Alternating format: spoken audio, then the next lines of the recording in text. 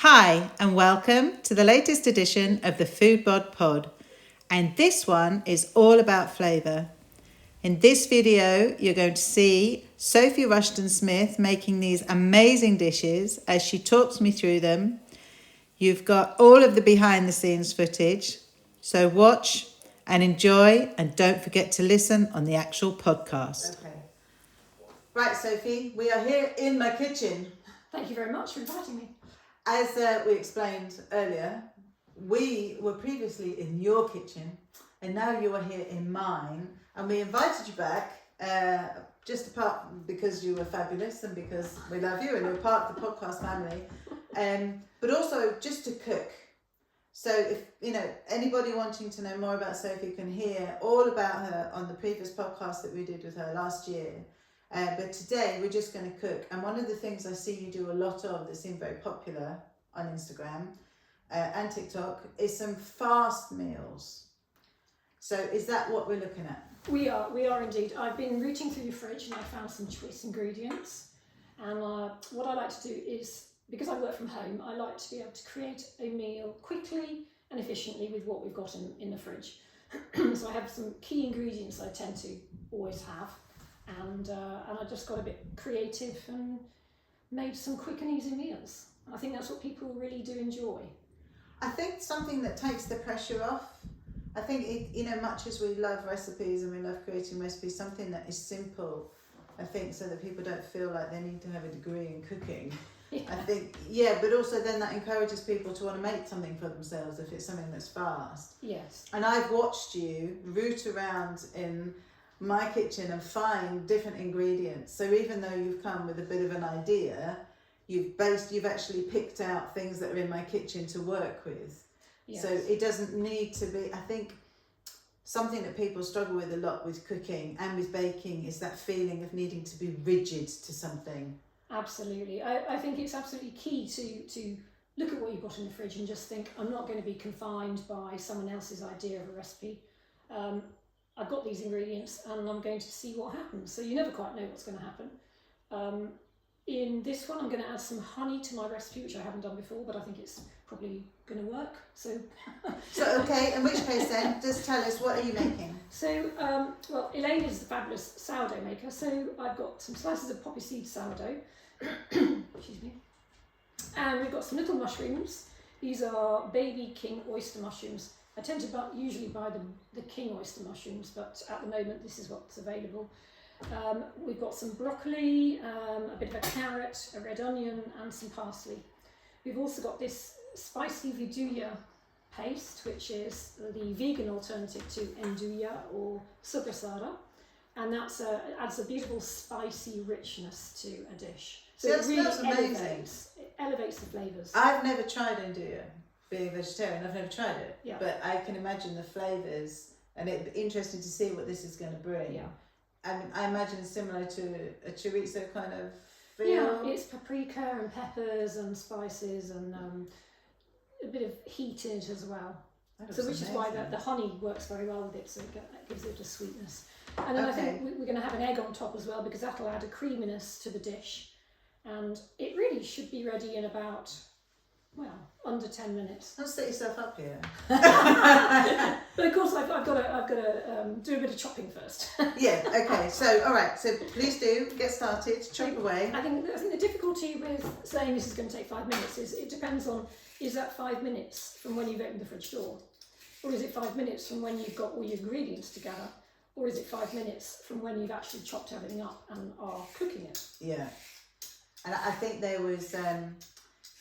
Do you remember the book that came out by the famous author, which was 15-minute meals? Yeah.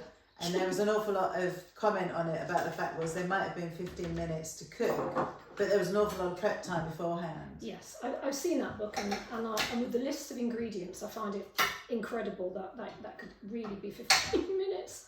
And I think you have to be honest that in all of my recipes, I'm completely honest with the timings that it takes, because otherwise all you're doing is setting people up, because how can you say, anyway. Yeah. So what we're doing at the moment, Sophie has just peeled a carrot.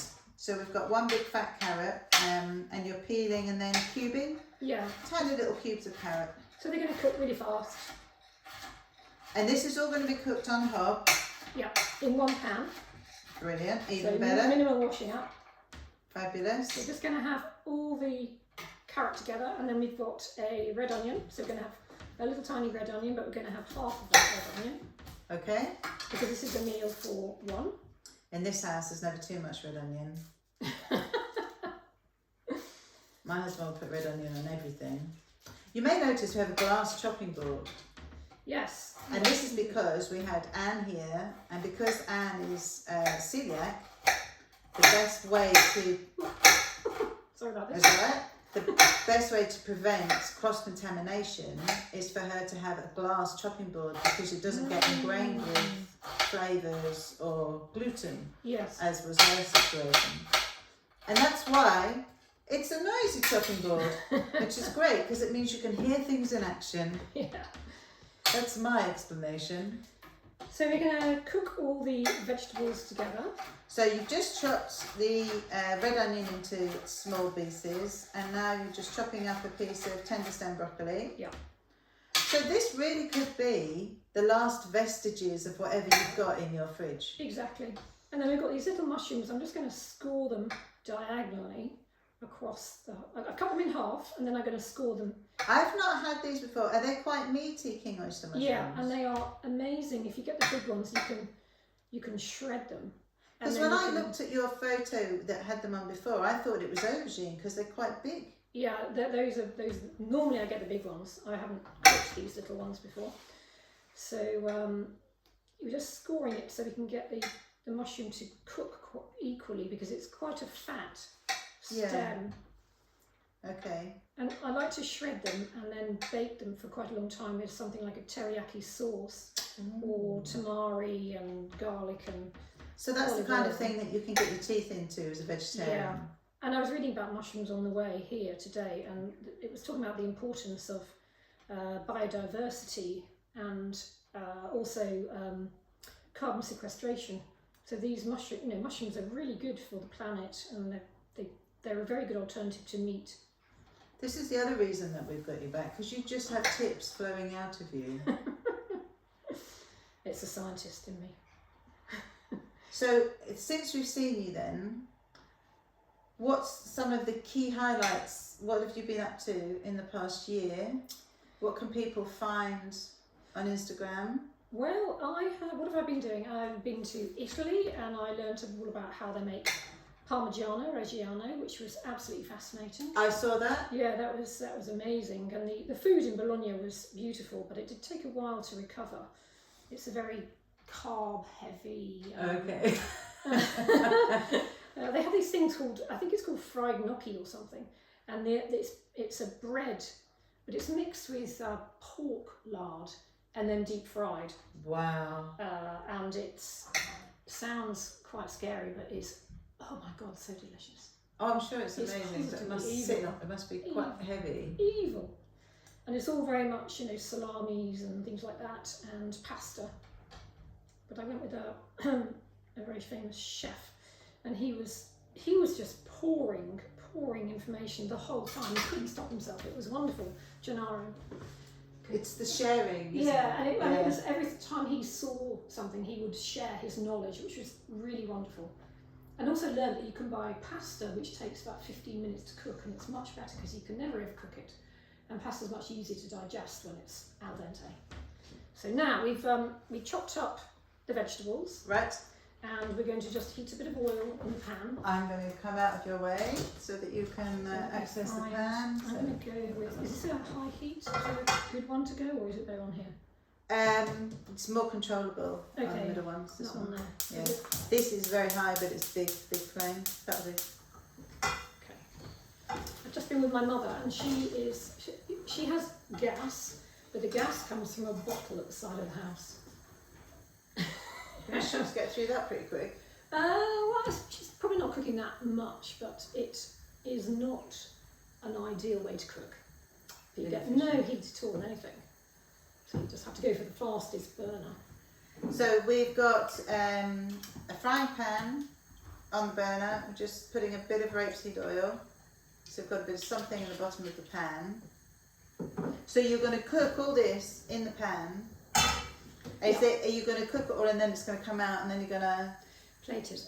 Toast slices? Are you toasting the bread? I would normally toast the bread. Okay, do you do that in the pan or would you put that in the toaster? I tend to do it in the toaster because everything's going to be going on in this pan anyway, so I think... I can manage that one. Yeah. I have the most beautiful toaster on the planet. Because I quite often tend to burn toast. We have one of those ones that everyone complains about. I mean, it lasts forever and ever, but you have to know what to turn it onto. Well, with sourdough it's quite difficult to burn it because it takes so long to cook. So We it's tend to quite get an bits that are achievement. burnt. But I think the problem I have is that the length of sourdough slices, you end up you with never one fix. end done a lot more than the other. Yeah. But with this very pucker, beautiful KitchenAid toaster, you just drop the slices in and it recognises they're there and takes them down. Oh my goodness me! And then it brings them back up, and if you don't take them out fast enough, it takes it back down again to keep them warm for you. An intelligent toaster. Oh, it's just a thing of beauty. Right, okay, so... Okay, so the oil is warm enough, so just testing a little piece of carrot in it. I think we're probably ready, and... So all of the vegetables are going in together. So the carrot, the onion, the broccoli is all in the pan. Then we're going to put the mushrooms. Put the mushrooms scored side down. Okay. Sophie's splashing oil everywhere. She's cooking. She's cleaning the hob afterwards. I've already been through all your cupboards, so I'm familiarised myself with your kitchen. Yeah, you did that really quickly. Do you know, it's like the last Sophie we had here, Sophie Carey did the same thing. She just came in and baked. I think it's such a mark of someone that knows what they're doing. You just walk in and get on with it in a different kitchen. Yeah. I like people to help themselves in my kitchen. Well, apart from maybe sometimes. Depends on who they are. Just clarify that. I just find it weird years ago, and a friend of Ben's when they were a lot younger just decided he would just come and help himself to things from our fridge and our cupboards. So it's very nice. You can feel at home, but you can also then just feel a bit too familiar. Too familiar. So these little mushrooms are already beginning to open up a bit. You can see they're starting to splay. So if you were doing this with the bigger mushrooms, if you've got the king ones, would you have put them in first to cook for a bit longer because they were so much bigger? No, I don't think so. What are you looking for, Emma? I'm checking what it's all about. I'm looking for a spoon. Which kind of spoon? Wooden? I don't know if I've got a wooden one. Okay. Can I use a spatula? I recently threw an awful lot of stuff away. So we've got a spatula. I came home and my husband had cooked himself an egg and he'd left the spatula in the sink. And he managed to melt it. I'm not sure whether it was my husband or my daughter, but they were both looking pretty guilty about it. I think you know what it's like in your own kitchen. You get some utensils that are your favourites. Yeah. And I think if they get ruined, it can be quite heartbreaking because you end up with your favourite pans. Oh yeah. But quite frankly, I'm happy that he's cooking himself when I'm not around. Okay, so these little mushrooms are kind of taking on a bit of colour. Yeah. I've talked about this before on a podcast because my husband has been getting into cooking, and him and his mates sit and have conversations about the air fryer recipes they've been trying. It's brilliant. I find it so fascinating. Yeah, my children are very keen on the air fryer. I think I'm still learning to use it. I tend to be quite restricted in what I use it for. But I think that's because of the way that we're used to cooking. I think younger people are probably a bit braver with it. Yeah, I think so. But it's quite interesting, the conversations they have at my husband's work, and there's lots of experimentation. I mean, there was one guy doing an entire roast. I think there was a whole kind of pork or beef joint or something that was going in it. I mean, it's quite mega. Wow. Yeah. Well, I've just got this little baby Kamado Joe, which is a little tiny barbecue. And I absolutely love it because it doesn't take long to heat it up. Is it gas or electric? It's a barbecue. So it's so it's a cold one. It's a charcoal barbecue. Yeah. And it's wonderful because I did a spatchcock chicken and put it in it, and because it's quite small, all the smoke is going around and really enveloping the chicken, and it's just really nice. Very nice to control. Very good for cooking for two. Okay, so I think those are pretty much nearly ready. So we're going to add the egg. Oh, so it's not going to go in the pan together. Do you want? These take quite a long time to toast. Oh, I would get those toasted now. Okay. You tend to need to leave an hour beforehand. So, here we go. See what I mean? Look. We're gonna put it in, and it's just gonna. Bing! Oh, it's like a doorbell. Oh, That's God, the how sound. How very elegantly done. I know, that's the sound of the toaster just taking it down. You might want to wait a second before you do the egg because it will take a little while. Okay, I will take it off the heat for a minute. Okay. And I'm going to add a bit of my lovely flaky salt. Nice. I like to be able to feel the salt. So do you have a preferred make of salt that you use? I do. I mean, I have actually got a big container full of different salts. I've got salts with olives in them, salts with seaweed, sort of chicken salt. Are these things you've made yourself? Or No. The Cornish Sea Salt Company does a lot of salts, and also Brindisi, who I work with, they've got quite a few salts as well. But they do. You get used to the feel of the salt. So when I was with my mother, she had, I think it was Sourdough, I think that's how you say it, and it's a much denser salt. So when you put in the same amount, it's actually much saltier, or it feels much saltier. But this is assuming that you're doing a pinch of salt kind of thing. Yeah. So we had this kind of whole conversation about watch out for the salty salt, which is ironic because salt is basically salt. Yeah, but I get that though, because you're reminding me of something we say and I can't think what it is. But yeah, you do have that. There are some things that have the slightly, the stronger flavour to them. Exactly. Yeah. God, you've got And something's twinging in my brain. I can't remember what it is that we would talk. What I found really interesting was when we met up with the salt people, we were talking about why are Maldon sea salt flakes so big and fat and beautiful, and the Cornish sea salt ones are more broken up.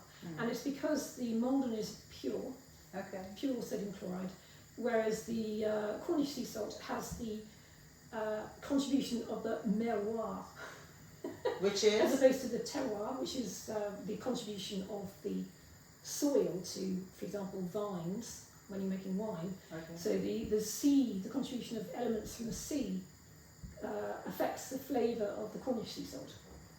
So the best way to test them is on a tomato, when you put a little bit of the different salts on the tomato and see how you feel about flavour. Well, the toaster's telling us it's nearly done. Okay, so it's time for the egg. Yeah. Just get that pan back on the heat. Mushrooms and the vegetables are just sitting, waiting patiently at one side. I like this because it is the all-in-one pan thing. Yeah. So the egg's going to go in the same pan. So you share flavours as well, which I think is great. Yes, exactly. But what you're doing with this as well is you're layering. I think because there's going to be the bread and the vegetables and the egg and the vidouille and the honey, it's all the layering up, which I think is great. There you go. Bing! All right, okay. There it comes. Pop the egg in. There we go. I like a frilly egg. A frilly egg? Yeah, I like a frilly egg. So here we have some very beautiful slices of sourdough. Perfect. I wonder where they came from. Beautiful slices. Can't imagine. Someone asked me last night, where's the best place to buy shop bought sourdough, and I did not. So now I'm going to go in with the vidouille. So that actually goes in the pan? Yeah. Right. So that goes in the pan. So you actually want to heat that up a bit? You just want to kind of melt it a bit. I was going to say, surely it's going to spread a little bit. Yeah, it's going to spread a bit. And if you get sobrasada, which is the Spanish kind of soft equivalent, they can get a little bit upset if you heat it up. Oh, okay. Because it is actually a kind of like a pate that you can just put on a... Oh, I like how that's all breaking up a bit then. Yeah. You weren't expecting to take that jar home, did you? Were you? No, I'm leaving. Oh no, look, I've gone and broken the egg. Oh, dear. no, Sophie! Oh, Oh my God! Disaster. I'm going to put a little bit of honey on here. As Honestly, well. you just can't get the start. I know, I've gone and really messed it up now. So we've got some honey going over the top of the vegetables, and this is just standard. We've not got any special honey going on. Oh no, that is special honey, of course. Oh, Of course chestnut it's special honey. Chestnut. Oh, Delicious chestnut honey. that smells good. That might be staying us on. Yeah, no, I bought that for you. Usually people come to my house and they go home laden with things. So on this occasion it seems like maybe I'm going to gain. Go the other way. Oh, this is looking brilliant. I'm just going to taste it. Just help myself to you a little bit again. Feel free. Just help yourself to my drawers. A little bit of pepper on the broken egg. A little bit. We're having Right, we're going to have to start that egg again. we're gonna have a little Bernie egg fest here. Okay. But this is what called, it's about. This is called bringing your pepper and forgetting it hasn't got a sprinkle on it. So now what we're going to do is we're going to pop the mushrooms and vegetables on there. This is brilliant. We can still eat some of this as egg. I call Can this. you explain what Sophie's just done there? So, what we've done, I need another egg now. I've just got an egg in my hand. Oh for you. yeah. So, what we've got is the Right. toasted sourdough, Start again. and Sophie has put all the vegetables over the sourdough, which has also got the vidua with it, and and a bit of honey already. And we're now going to have an egg. We'll pretend it was the first egg being cooked, which is going to go over the top. And this is, you know, this is real what cooking. happens. This is real cooking. This is real life. It doesn't matter. Because it doesn't actually matter. Well, apart from the wasted egg. Well, no, it's not going to be wasted because there's only half of it that's going to be Yeah. so fiery.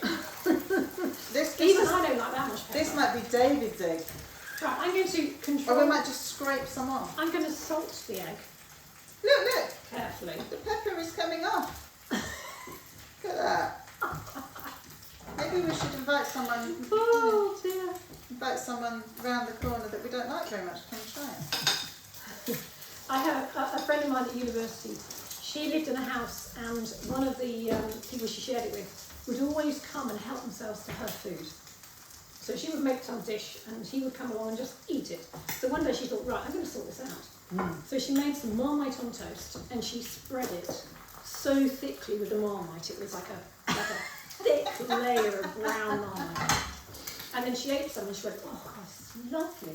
So lovely. So he came in and he helped Whilst I'm himself. outside. Oh. He helped himself to it, and I don't think he did it again. Good. Yeah, so it certainly worked. Right. So now, as if by magic, we have another egg that's been cooked. Yeah, we've got. Can I just steal one of the mushrooms to try? Yeah, you can. Of course you can. Just going to chop some parsley. Oh, the mushrooms are lovely. They've got a real meatiness to them. So we've got flat leaf parsley. I'm not going to shake the egg in case it breaks again. Oh, that looks fabulous. We have a nicely fried egg. Get that bit. Don't worry about that for me. It's fine. Yeah. Okay, dokie. Turn off the gas. And we have the egg going over the top. Oh, look at that. So we've got. We're going to add a little bit of parsley on top. We have the toast covered in all the vegetables and the vidua and a fried egg on top. And funnily enough, no pepper. No pepper. That looks fabulous. So there you go. I mean, that took a bit more than 5 minutes because I'm talking. Yeah. But yeah, one pan, lots of Job veggies, nice creamy egg with a bit of spicy mushrooms and some vegetables. That looks amazing. I'm going to take a quick picture and then dive in.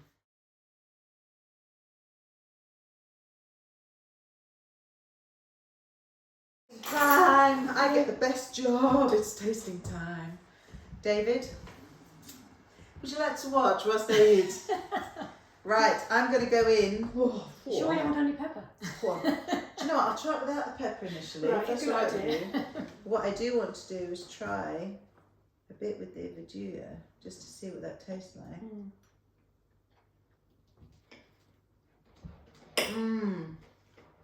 I think there's not many things I miss as a vegetarian,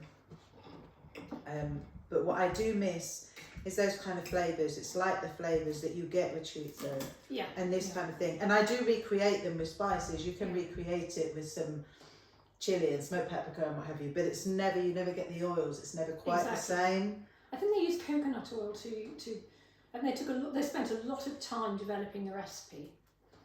And I'm very happy when they finally got it. The way that you cooked it, and you can see it breaks up and it almost behaves like the meat version would. Yeah. Surely. Yeah. I'm making a right hash of this. Right, here we go. It's going in.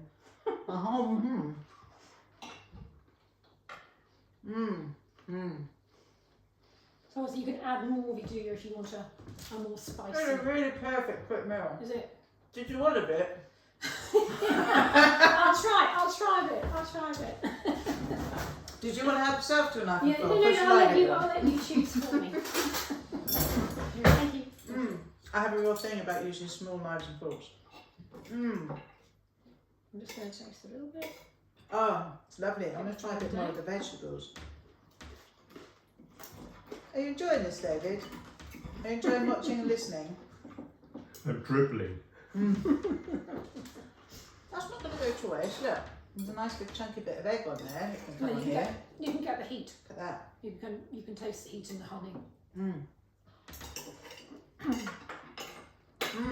it's very clever how they've you've got this complexity of flavour in these jars. I mean, these are things that I encourage. I used to send my children off to uni with a jar of that and say that you don't need tomato ketchup, just take that and you can add it to pasta, you can add it to all sorts of different things, just to give it this depth of flavour that you don't get so easily. I think what's nice about this, which is something that you do and that we're used to doing, I suppose, especially from Middle Eastern cooking, is the layers of flavour.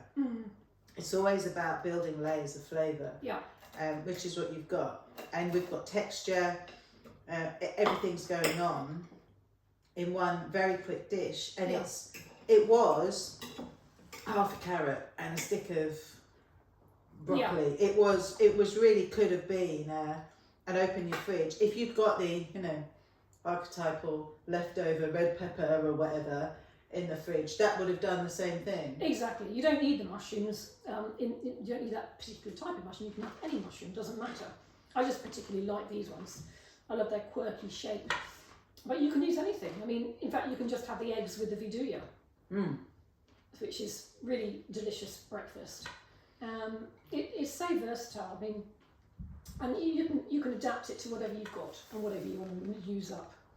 Do you remember that advert that there was, and it was a promotion for eggs, I think, and it was someone looking in the fridge and going, closing the fridge again, and then someone else opening it and seeing the eggs and the peppers and the different things, and that therefore can make you a meal, which is basically what you've done. So I would say thumbs up. Great. For the first dish. Thank you very much. You. What we're making. So now we're going to make some ramen noodles with a ginger miso soup with some vegetables that we found in the fridge, and we're going to finish it off with a not very Japanese crispy chilli in oil, because everything tastes better with crispy chilli in oil. That's a fact. I know people who travel with one of these. Yes, some people travel with Marmite, others travel with that. Oh, sriracha. I've seen people travelling with that. Yeah. Little mini ones attached to the keyring. So what we're doing, you're actually managing to use here some more of the vegetables left over from the last recipe you made. So the other half of the carrot that you didn't use, we're using now. A couple more stems of the broccoli. We've got a few more of the mushrooms, some fresh coriander this time, a spring onion, and then the noodles, which I take it are going to be cooked in the miso soup. Is that it? Yeah. Well, what you do is you cook them. You bring some water to the boil, put the noodles in, with all the vegetables, and it just simmers away very gently. You add your miso sachet, and that's it. Just finish it off with some spring onion and some coriander. So do you want me to get the water on to boil? Yes, please, yeah. Yeah, and you're going to be prepping vegetables? Yeah. So, because I want everything to cook at the same time, which is about 4 minutes, I'm going to use this julienne tool for the carrots. So it's creating very thin strands, which also can take your hand off. Yeah, so we're just hoping and praying here that Sophie doesn't slice her fingers off. It's entirely possible. So you're using one of the microplane peelers that I got sent. Yeah. So actually, it's the first time I've seen it being used in action. It's a very nice, sturdy one. But what you have to be careful about is you remove your finger from the danger area. You move your finger from the other end before it comes onto your finger. And carrots are pretty firm anyway, so. By giving yourself a small amount of carrot to start off with. Yeah, it's not a good way to start. Yeah, please. So I'm going to give you that bit because I'm not going to attempt. Yeah, thanks. Go a bit of carrot. So I've got the broccoli, got a couple of stems of broccoli, and I'm just going to. So with this tender stem broccoli, all that you've done is just slice them. Yeah, just into little tiny. I'm slicing the stems up into little tiny coins.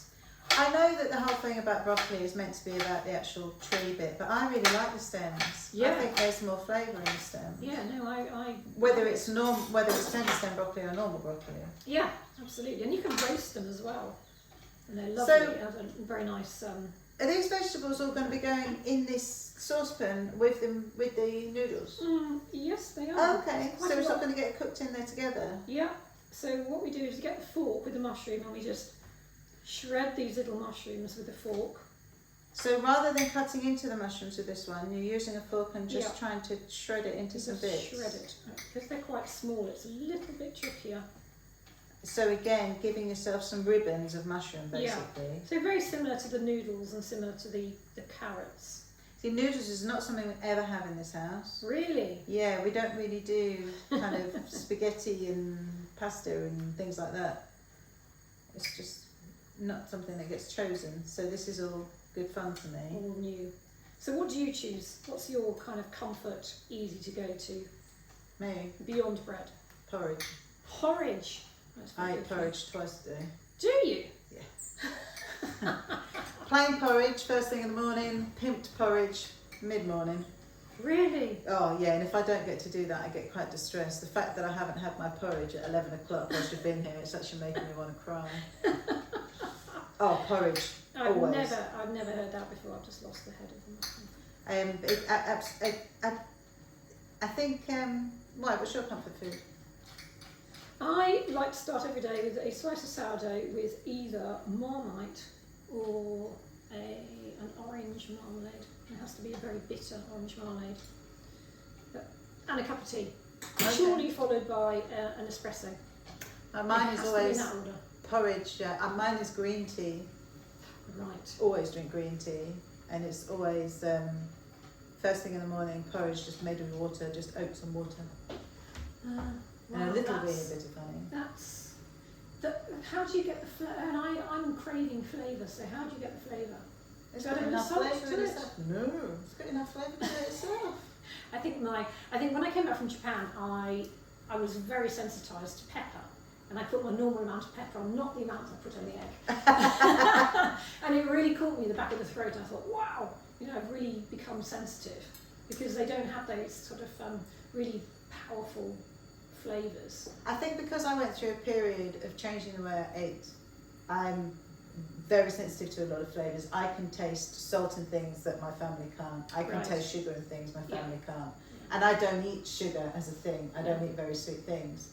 So maybe that will be one of the reasons. But I'll eat something and to me I'll be going, oh, that's so salty. And they can't even taste it. Yeah. So I've got a heightened sense for some of those things. Yeah. But for me, I like the flavour just of the oats as they are. I think there's enough to it. But then later on in the morning, I will pimp them with fruit and nuts, Maybe a bit more honey, maybe some peanut butter, Yeah. half a jar of Man Alive, goes, pretty much. Oh yeah, a load of it. But I have very different eating habits. I eat first thing in the morning, like between 6 and 7, and then eat again at 11, Yeah. and eat again between 2 and 3, and I'm done. I don't eat after Really? that. Yeah. But also if I eat later than that, and then I go to, because I participate in spin classes and I teach spin classes, if I eat any later than that, I get it all back. Yeah. And I have to eat very plainly, Mm. so just like fruit and yogurt or something like that. Because if I have anything else, yeah, I Not a good reaction. get it revisited. But I can't do late night eating and stuff. Yeah, no, it's not a good thing, is it? It really isn't. Yeah. Right, I'm going to actually put these shredded vegetables into the water first. Oh, okay. So the water is nearly boiling. Yeah, because so I think they need to warm up before I add the noodles, because I don't want the noodles all soggy. So you don't put the miso stuff in yet? No, because I don't think you're really supposed to boil miso. I've never used it like this, so I don't know. I need something to stir it with, please. What kind of thing would you like, my queen? Would you like a stainless steel spoon? A stainless steel spoony thing, yeah, that'd be great. Spoon? I'm just going to cut up the spring onions. I asked Sophie what food stuff she'd like me to buy before she came, but I didn't go through what utensils would you like to have available. So you've got the spring onions, you're cutting them on a nice diagonal, so we've got, this is going to, I take it, be thrown across the top. Exactly. A bit of a finisher. So we've got the mushrooms and all the vegetables in the water. It's just coming to the boil. And once that's simmering, we're going to add the noodles, cook them for 4 minutes, then add the miso paste, and then that's it. Educate me then. What is miso? Miso, fermented soybean, I think. Yeah, yes, fermented. I went to a miso brewery in Japan. Wow. And it was up in the mountains, and it was snowing, and all these really dark buildings, and beautiful. All the sake houses have this kind of cedar ball outside there. You know it's a sake house because they have a cedar ball, which is green when they plant the seed, and then by the time it's dried up and turned sort of bronzed and yellow, the sake is ready. So you know. So they have the miso factory, and they have hundreds of different miso. They have white, brown, golden. But again, then it's the fermented food. Exactly, so it's very good for your gut. Yes. Which you're very keen on at the moment because you're reading a book about I gut behaviour. am. Sophie's been on social media promoting passing wind. It's good for you. It's your gut microbiome having a party. Yeah, this we know. In this Apart house from they it- party a lot. Unless it's smelling really badly. Now the noodles have gone in. Okay. So it's 4 minutes. I'm just going to set my watch for, I've got 3 minutes on it. So basically you're encouraging everybody to let rip when they need to. Yeah, exactly. So, we need to look after our gut because it helps our brain, it helps our resilience, it's good for your mental health, it's good for your physical health. But that's why, too many people don't make the connection between what you eat and how you feel. Yeah. And what you put into your motor, what you put into your body is going to affect how you behave, how you feel, what you can create. Yeah. Massively. I know if I've had a very carbohydrate-rich lunch or a sugary lunch or something very comforting but not very good, the afternoon I just want to go to bed. I just want to lie down and go to bed. So actually this kind of noodly thing is... But this is light. I mean, I know It's that light. noodles are carbs, but this is light. There's no fat in it. It's light and refreshing. It's got lots of vegetables in it. It's got fermented foods. I think it's a comfort food for me. The only oil that's going to be in it is this crispy chili oil. Whilst we're talking comfort foods, Yeah. something that you sent me, Oh, I'm going to yes. hold this up to the screen in case people, do have a look at the YouTube. This is a very big and very chunky, fabulous book called Brunch in London. One Plate is the collection of people? Or? One Plate is a charity, so it's a charity supporting street children, and it's giving them the opportunity to become independent, to feed themselves, to look after themselves, and to get a good plate of food. I mean, it's beautiful. I mean, the second photo in it is of sourdough, so Yeah. it's got to be a good book. But it basically, the recipes are all, they're aimed at being brunch-based recipes, aren't they? But really, you could eat them any time of day. Yes, exactly. And all the recipes have been donated by chefs in mainly London restaurants, but people who are well known for their brunching Well, we've got here omelette curry, which is from Hoppers. Yeah. Oh. And what else did I put? Whoever's rotos. Oh. It's a beautiful. There's lots of egg, which is lovely. Silk road eggs. There's also some Turmeric eggs. what I would consider more evening meals, but it's a beautiful book and it's a very good charity. The first book they produced was in Australia. I think it was Brunch in Melbourne, and it did really, really well, and lots of chefs, they did the same thing. And now they're doing this in London, and I think it's something that really should be supported. I mean, it looks amazing. It's a book full of fabulous, burnt onion soup. It's a book full of fabulous flavours. I'm just putting in the miso paste. So this is a paste, not dry dressing, so it's a nice creamier sort of... So I'm just lost in the book. I know I have to concentrate on what you're doing. But I just wanted to thank you and just let people know. Yeah. It's a beautiful book. So there we go. You can really smell the ginger. Wow. In it. So the ginger is from the miso? Yeah. So I think those noodles are probably ready. So you actually chose miso ginger ramen broth? Yeah. So it was actually one that had got a ginger in it? I'm just going to try this noodle because it's maybe 3 minutes. We don't do the throwing it at the wall thing then? No. Another minute. We used to know someone years ago who really believed that the best way to check pasta was like, she'd always been told that you throw it at the wall and see if it sticks. Yeah. But I don't think she actually then really ever cleaned them off. So in the kitchen there was just lots of bits of dried pasta up the wall. Yeah, my friend did that as well. It's really pleasant. A bit weird. So I think we're pretty much ready to go, and the bowl is ready. So we have a bowl, we have this ready, so the whole thing's just going to be tipped in. Yeah. We have another beautiful Stitch Farm bowl. And I'm going to very delicately. So it's all together. We've got the vegetables, we've got the noodles. Yep. Wow. I'm going to leave the noodles across the top like that, and then. And sprinkling over the spring onion. And then we're going to put some coriander over the top. I'm not going to chop the coriander. So just got a bit of fresh coriander over the top. Yeah. Bit of greenery, extra greenery. And then my favourite. A bit of chilli oil. Crispy chilli and oil. So, see, for me, I'd look at this and I'd want to add some flaked almonds over the top.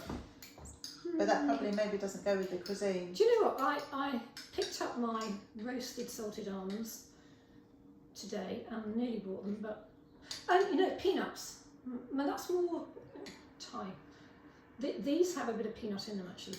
Yeah, I can see that, a bit of crunch. Yeah. So we've gone from you trying to blow my head off with a lot of pepper to now a load of chilli oil. Yeah, I'm just going to put a few drops of the oil. So this is not a salty. Colour. Isn't it lovely? It's not salty, so you can always add a bit of soy sauce or something like that if you wanted. But there we go. That's it. Finished. And again, really, really quick. Yeah. Mega quick. Right.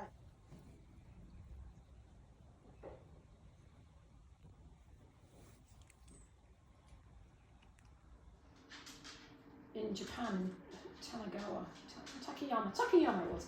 They had a special buckwheat restaurant where they made all the buckwheat noodles. And they said, what you need to do is eat the noodles first because they go soft. So you eat them so they're still sort of texture. All right, well I'm watching you. These are wheat noodles, so they have more. They're going to be stronger for longer. Aha, that makes sense. So they're going to hold their shape a bit longer. Yeah, look at that.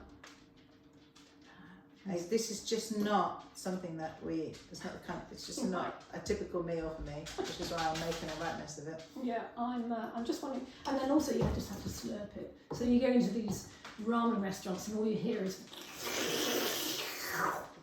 and you have to blow it. They blow over the top of it while they're drinking the soup because it's so hot. Well, it's a bit hot. I'm just gonna try now. Ready? Oh. Mm. There's a nice kick of heat. Yeah. There's something kind of repetitive about my recipes. I'm just going to try a bit of the broth. Like a bit of the heat.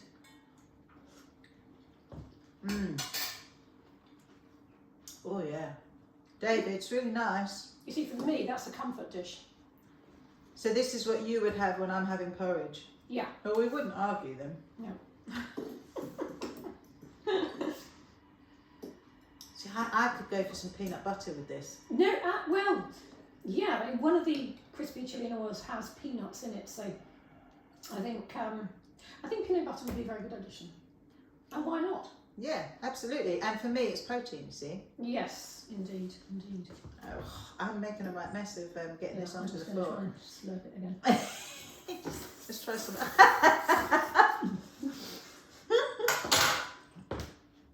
That's why I had an apron on.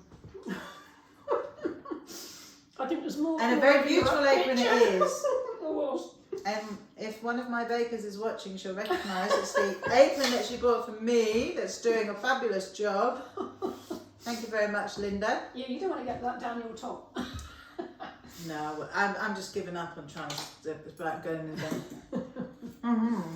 And that would be considered polite in other countries.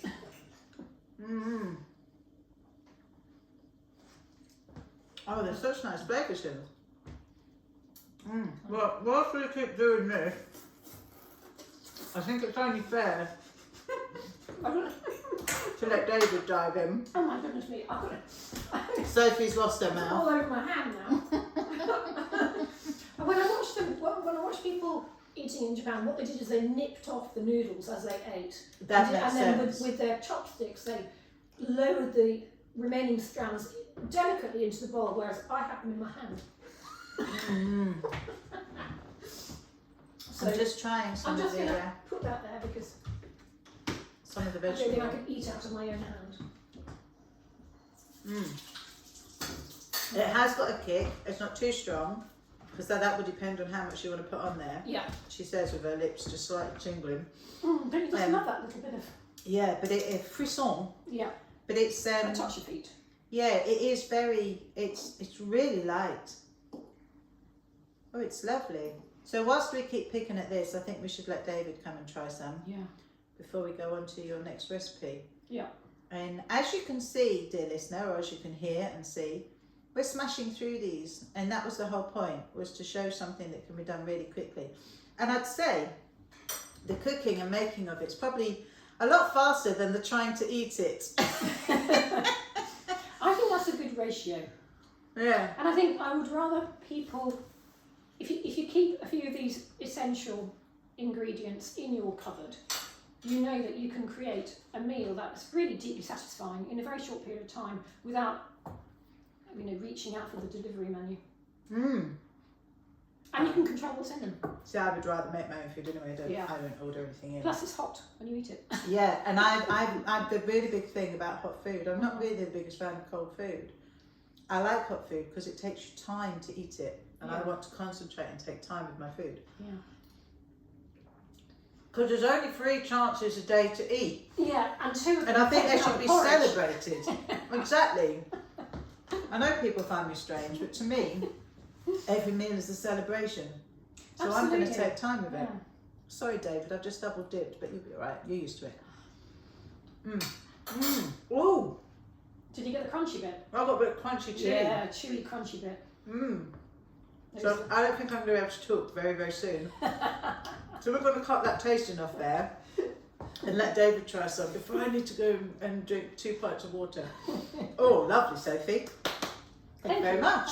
Thank you. What's the last thing you're going to make for us? Well, I'm going to make something which is going to help your palate. Right? So something which is not going to challenge it in a spicy way, but will be nice and creamy and fruity and a little bit sweet. So it's a salad with fruit. Right. So in this one, we're going to have peaches. We're going to have a kind of a kaffir orange dressing with a bit of honey. We're going to have a big cream burrata and some mint.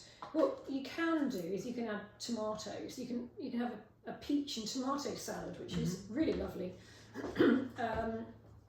So just really, I think of fruit in more of a salad way. That works for me. good. Yeah. So what we've got in front of us, you've got a nice big lovely orange. We've got some donut peaches, Yep. which are very cool. We've got some fresh mint, and then we've got your burrata, honey, then the kefir and some salt. And you're going to do some magic. Yes, hopefully. Right. This is from my garden. Over to you. Oh, Mint from my garden, picked this morning. lovely. Right, so we've got a zester, very nice zester. And we're just going to zest the orange. So you just want to collect some of the orange peel. Yeah, to get the orange oils. You can smell all the beautiful oils coming out. I always think one of these things is just looks like so much like hard work. Do you? Oh, smell it. It's beautiful, isn't it? Oh, it's lovely. So all we want to do is save some of that to decorate Yeah, do you want to the scratch orange. that? I'll leave that one there. I don't know if you want to scratch Yeah, some no, more I'll zesters. scratch that out, yeah. So the zesters will collect on the back of the zester. And then we'll keep it there so we can put some on later. Then we're going to have we're going to put the orange zest into the kefir. Right, cool. I'm just putting it into a bowl before I put it in this little jar because otherwise it'll just... Bob's just waiting for permission to come into the house. You're fine. Right, so we're going to add a tiny bit of salt flakes to that. Is this kefir that you've made or you bought? No, it's one that I bought. Okay. And we're going to add a little bit of honey. So we're back to the chestnut honey again. That's the chestnut honey in with the kefir and the orange. That chestnut honey is a lovely dark colour. Yeah. And then Okay. we're going to squeeze half of the orange. So you're going to add some of the juice into it. Have you just checked yourself there? I was just thinking then. So we're squeezing some orange juice out of the orange. Because the recipe's kind of developing as I do it. Ooh, nice. Okay, so it may end up being something different by the end of it. Exactly, so never quite sure. But. Okay. So we're just putting some of the orange. So by hand, half the Sophie's orange. just squeezed the juice out of half of an orange. And what to make this into a dressing, we've put all of that into a little jar Yeah. to make it easier to shake. So we've now Just gonna got this taste it. lovely dressing with kefir, orange, honey, and salt. Yeah? Exactly. Is it good? Are you pleased? Yeah, it's got a nice orangey flavour to it. And it's a Okay. little bit creamy. I'm just going to wipe the board a bit. Sophie's just happily making her way around my kitchen. Wiping the kitchen. And then we are going to get the other orange. That's what we're going to do. These Because what I oranges want to are do- gorgeous. Is I want to add slices of orange. Okay. So using a small knife to cut the peel off. It's easy with these, isn't it? Because the peel's so thick. Yeah, yeah. So you kind of peel at an angle to get all the white, the bitter whiteness off. Coming off really easily, and you haven't got much wastage on it either. No. There's a really lovely salad that they have in Spain that they developed after the war when there was rationing and precious little to eat. And it's oranges with red onion and olive oil and pepper. Wow. Yeah. A lot of pepper, Sophie. Perhaps not as much as we had on the egg, no.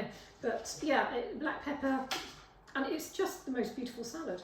But simplicity rules. Yeah, and also when you've got such lovely produce. Yeah. Then you don't need to add much to it, do you? No, no. You can add a little bit of vinegar as well to it. Well, how quick was that to Yeah. just quickly peel it? There we go. Now, we need to just get rid of that pile of orange. And then I'm just going to cut this straight into the dish. So we're going Oh, to so we're using the little knife and cutting it into the segments. Yeah, so we Okay. get rid of all the pith. Now this is very cool. If you have never seen this being done, you can watch it on the YouTube channel. So you basically have a very small knife so that you're slicing into the orange lengthwise. To slice the pith, you need a small sharp knife. Yeah. So you can just remove the pith as you go. And you end up with like a little concertina. A little segment. Yeah, in your hand with all the pith in, don't Yeah. you? I always judge a hotel by the quality of its segmentation. Orange segmentation. You can tell if they've done it properly. Okay. So it's very nice. I really like having oranges in a salad. It just adds that lovely fresh, fruity flavour. They're such lovely big oranges. Yeah, as well. yeah. Yeah, I think it's the time of year, isn't it? Yeah. For good oranges. Right, nearly done. Well, I mean, we're recording this right at the beginning of September. That might not be where you're actually watching it, but that's when we're recording it. So these things were all readily available. Yeah. So now you're taking the peach. Yep, these are little ondine peaches. I don't know where the word ondine comes from. Or donut peaches, as I Donut. call them. In France, they have these peaches, and they're imprinted. I don't know how they do it. They're imprinted with the name Ondine and France, and it's almost like they've been lasered. Oh wow! I don't know how they. That's a lot of work. I mean, there's no exactly. There's no damage. On every single one. Every single one is. Oh, jumping out. Trying to get out the stone. There we go. So I'm just going to cut it into small pieces. Like that. I mean, this is a fruit salad with not being a fruit salad. It's Yes. a salad with fruit as a main ingredient. I mean, I would like to. The ideal would be to have some radicchio in it as well, some lovely pink radicchio, which gives it that peppery flavour, or some rocket. Right. But as we haven't got any, we're not doing that. Okay. We're going to have a bit of mint to give it a bit of freshness instead. So yes, it's kind of a fruit salady salad. And I won't put any pepper in it. I think.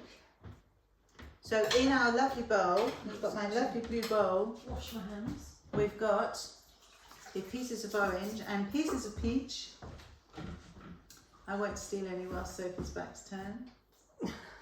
And then with the mint, you shouldn't chop it because it goes black. Oh, okay. So it's better if you just bundle it up. So you're putting one leaf on top of the other to Yeah. create a bundle Bit in like- your fingers. Same with basil. Okay. And then roll it. Rolling it in your fingers. Roll it so into like a you're rolling. sausage. I was going to say a cigarette. Okay. Cigar. Okay. Oh, and then you're slicing it like that. Yeah. So what you mean is don't crush it so you're not. No, don't chop it so you're crushing the leaves. Yeah. But do slice into it, but roll it up so it kind of protects itself really. Exactly. So we're going to put some of this dressing on. I might just get a spoon. So we've got nice little thin slices of the mint. We've got the dressing going over the top that you made earlier. So that's just kefir and orange juice and a bit of honey. And then a sprinkle of mint over the top. Lovely colours as well. Not everyone's a fan of mint. Also, there are so many different types of mint you can get these days. I like garden mint, which is more of a rounded leaf, and it's the softest flavour. I think it's the best one. Weirdly, Hard to get it. one of our bakers is allergic. Really? I've never heard of someone haven't being heard of allergic that. to mint. I haven't heard of that. And I'm just attempting to zest a bit more of the orange, but So you've got a bit more going over the top. and you could always add some black pepper to that. The one thing I've forgotten is the burrata. So we're going to get this big, creamy, milky burrata. Lovely. And I'm going to break it open. Oh, split you're it actually open. going to squish it. Oh yes, oh yes. Oh, And what I need now. lovely stuff. Do you have olive oil? I do. I'd like some olive oil, please.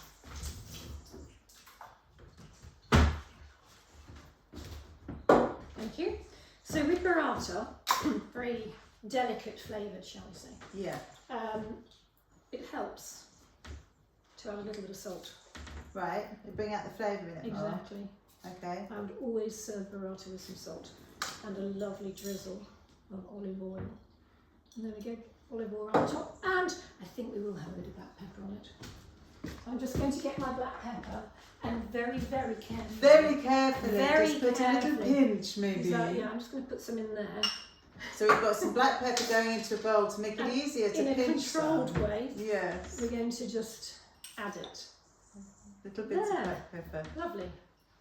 As well, I think as when you look at the colour on that, you could easily add a bit of sumac to that. You could actually. I That's think a that good would add, idea. it would add a nice colour, but it also would add a No, nice extra bit of flavour. I think that would be a lovely idea. Do you want to try that? Oh, we can, yeah. Let's do that. I think that's a great idea. Here we go. Set me a challenge. Yeah, and also, I mean, visually and from a flavour perspective, it gives it more of a savoury. And if by magic she finds the sumac, there you by go. smelling it, to check it was the right thing, it's go right, you know. There we go. So sumac, for anybody that doesn't know, Lovely. Oh, I think that's perfect. is a dried, very tart berry. So you get, it's something that's used a lot in Middle Eastern cuisine, and it's just, oh yeah, it's got a lovely rich colour and a nice, slightly fruity tartness to Yeah. it. But it's more the smokiness really. Yeah. And being the proper chef that she is, we're just cleaning around the bowl because Sophie's not made any mess at all.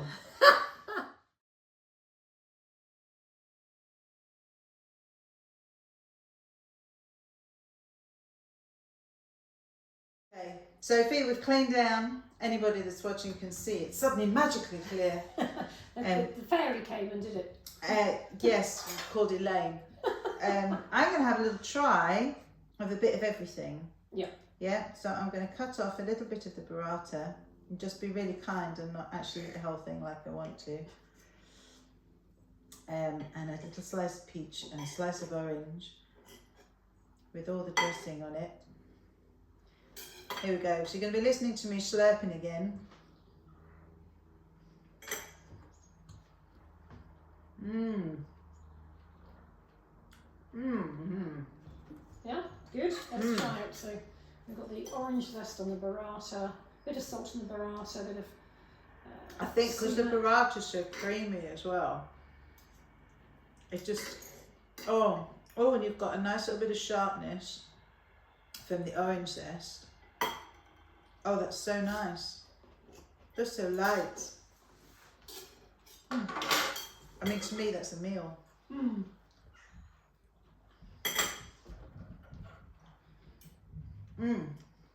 Yeah, so it's if you're having another rich dish, it's a nice sort of fruity, fresh addition. Something really light. Well, I have to say, it's been fast and furious and fabulous. We wanted fast dishes, that's what we've had. That's what we've got, which is what I wanted you to do. But also just to show the simplicity of, here's a few things. You might have just leftover orange and just leftover peach and some last bits of herbs and things like that, but you can just throw them together, which is what you've done. And we've got some dressing left. How long would that last in the fridge? I think probably a couple of days because it's got some kefir in it. So Yep. it's got that, your daily kefir allowance. But you know, it's one of those things, if you undo it and it goes psh, then don't have it because you know it's fermented. Yeah. But all of it, I mean, we've got leftover bits and pieces from things that you've used that will get then used again into something else. And this is exactly what I wanted it to be, which was... What you could do is you could griddle the peaches as well if you wanted. Oh. To give them a nice char. See, I do like a roasted peach or roasted plums, those kinds of, or any stone fruit that's roasted, I think it's lovely. Exactly. So just to give it a different texture. I have a recipe coming in my new book, which is like a sweet focaccia with roasted stone fruit. Oh, lovely. Oh, it's nice. I had a really beautiful charcoal loaf in the south of France, and it was studded with all these dried fruit. Oof. It was beautiful. It was really beautiful. And I came home with this curious looking bit of charcoal baguette. My son said, I wouldn't have bought that. Well, I did, because I've never seen one before. And I do like to try different things. So every day I'd go to the patisserie and the boulangerie and buy something different, Yeah. just to try out new flavours and new ideas. But isn't that the whole point of being somewhere different? Yeah. I think it's the new images that go through your brain, it's the new flavours that go through your mouth. They're all the things that then feed the ideas that you will have and the things that you put together. Yeah. You know, for me, I just chuck it all in dough, I chuck it all in bread, you know, and see what it's going to do. Yeah. Whereas for you, it's going to go onto a plate. Yeah. And I think that's what you see when you are in a different space. Mm. That's an interesting way of looking at it, actually. I hadn't thought about that, because you put things in your dough that I would never have imagined, and it's fantastic. You know, it's really exciting. But it's the same, it's no different from what you're doing. You're opening the fridge and going, what have I got to make a meal? Yeah. And when I'm making dough, I'm opening the fridge or the cupboard and going, what have I got? Oh, let's chuck that in and see what happens. And sometimes it's a case of using stuff up. Yeah. I created a loaf this week, which I started off with some starter and some spelt flour. I had some plums that needed using. I had some granola that I needed to stop myself from eating. There was honey, there was a load of dark chocolate, there was some dark chocolate with ginger in that I bought, which I didn't like. So the whole lot went in to make a loaf. Yeah. Which then got sliced up and shared with people that loved it. Yeah. Which, you know, and it's a case of what have I got, what needs using? And a lot of my recipes are created in that way, which is similar to what you're doing. Mm. You know, it's chop it up, you chop it up and put it in a bowl. I could be beside you chopping up and putting it in dough to see what it would do. And that's how you create something different, isn't it? Yeah, exactly. And I think if you understand the base, you know the base of what you're doing. Mm. Yeah. So this has been brilliant. Well, I really enjoyed it. Thank you very Standing much. here looking at this. Look, David, more food. Look. Thank you so much for coming on podcast again. Thank you for inviting me. Oh, Your lovely kitchen and your beautiful garden. And then coming all this way and bringing things, and this absolutely just brilliant, just exactly what we wanted. And we will make sure everyone knows where to find you. But this is Sophie. When you're looking online, it's at the corner plot. We will make sure that the links are everywhere. There'll be things that I'll be sharing, and you know the videos are online. The podcast doesn't stay online for people to listen to. Please listen to last year's as well, because Sophie shared some really lovely recipes with us then as well. And thank you for being a regular. Thank you very much. Well, I can tell you all of those dishes were absolutely fabulous. You can find the full recipes on our website. Do listen to the podcast and subscribe, and we'll see you next time.